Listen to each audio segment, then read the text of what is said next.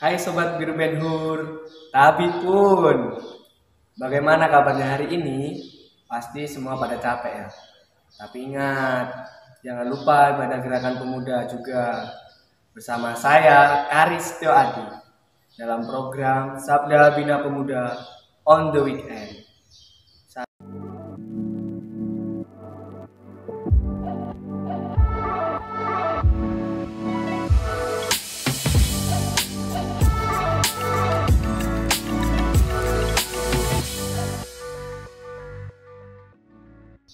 Saat ini kita akan merenungkan firman Tuhan.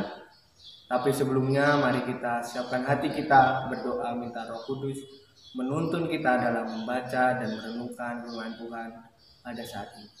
Mari kita satu dalam doa. Ya Tuhan, terima kasih atas berkat penyertaan-Mu sehingga Engkau memberkati kami dalam hari lepas hari ya Tuhan. Tuhan, kami di sini sebentar lagi akan mendengarkan sebagian dari firman-Mu ya Tuhan. Semoga Engkau urapi, Engkau berkati apa yang kami dengar dapat kami lakukan dalam hari lepas hari ya Tuhan. Terima kasih ya Tuhan. Amin.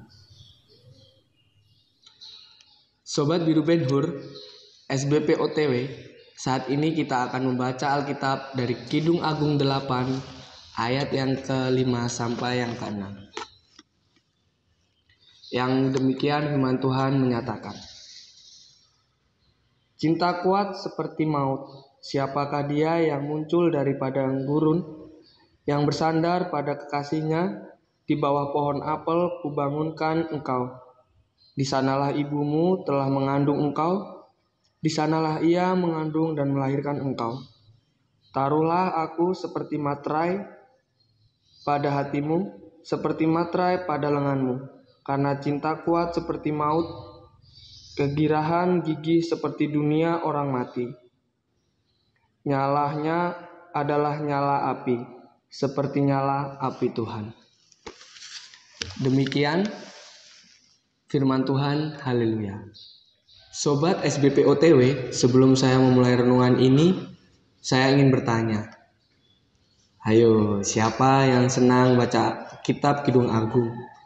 Kayaknya kalau baca kitab Kidung Agung membuat kita jadi tersipu-sipu malu dan juga senang. Apalagi kalau posisi kita lagi falling in love alias sedang jatuh cinta. Wah, pastinya sangat menyenangkan bukan?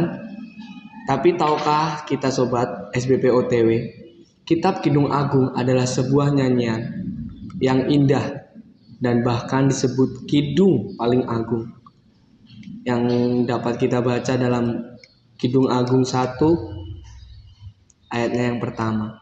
Kidung Agung memberikan definisi berbeda tentang cinta. Cinta bukan hanya berbicara tentang kemesraan. Cinta bukan hanya berbicara tentang mendapatkan seseorang dalam pikirannya secara berulang-ulang terkait kepemilikan. Cinta merupakan sebuah misteri kehidupan. Orang merasakan dan memiliki juga belum tentu memahami definisi dan menyadari kekuatan cinta. Cinta selalu melebihi kata-kata. Cinta diibaratkan seperti materai. Dalam budaya kuno, materai atau yang disebut dengan hotam merujuk pada sebuah benda yang dipakai di leher yang diikat dengan tali. Dapat kita baca dalam Kejadian 38 ayat yang ke-18. Ataupun benda yang berfungsi seperti cincin yang dilingkarkan di jari tangan. Secara umum, hotam ini bentuknya bermacam-macam, tetapi fungsinya tetap sama, yaitu menghindarkan sesuatu yang tertutup atau terikat dapat dibuka atau dilepaskan secara sembunyi-sembunyi. Dengan istilah lain, hotam itu menjadi tanda kepemilikan seseorang terhadap sesuatu, entah orang atau benda.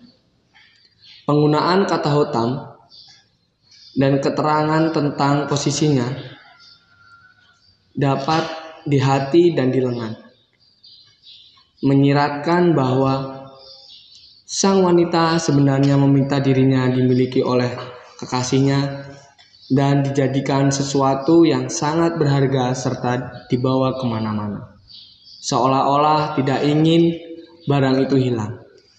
Sang mempelai perempuan memohon kepada kekasihnya agar persekutuan mereka berdua diteguhkan dan hubungan mereka terus berlanjut dan menjadi semakin erat. Dapat kita baca dalam ayatnya yang ke-6.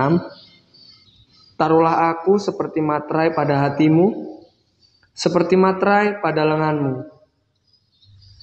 Untuk menguatkan permohonan ini, sang mempelai perempuan memohon akan kekuatan kasih, yakni kasih kepada kekasihnya yang menguatkannya untuk terus meminta bukti kasih kekasihnya kepadanya. Sobat SBP OTW yang dikasihi Tuhan, selanjutnya perikop ini berbicara tentang relasi atau hubungan Allah dan manusia. Allah sebagai pengganti laki-laki dan manusia adalah pengganti perempuan. Perikop ini menampilkan kepada kita bagaimana pengantin perempuan memohon kepada pengantin laki-laki supaya hubungan mereka dikuatkan atau diteguhkan.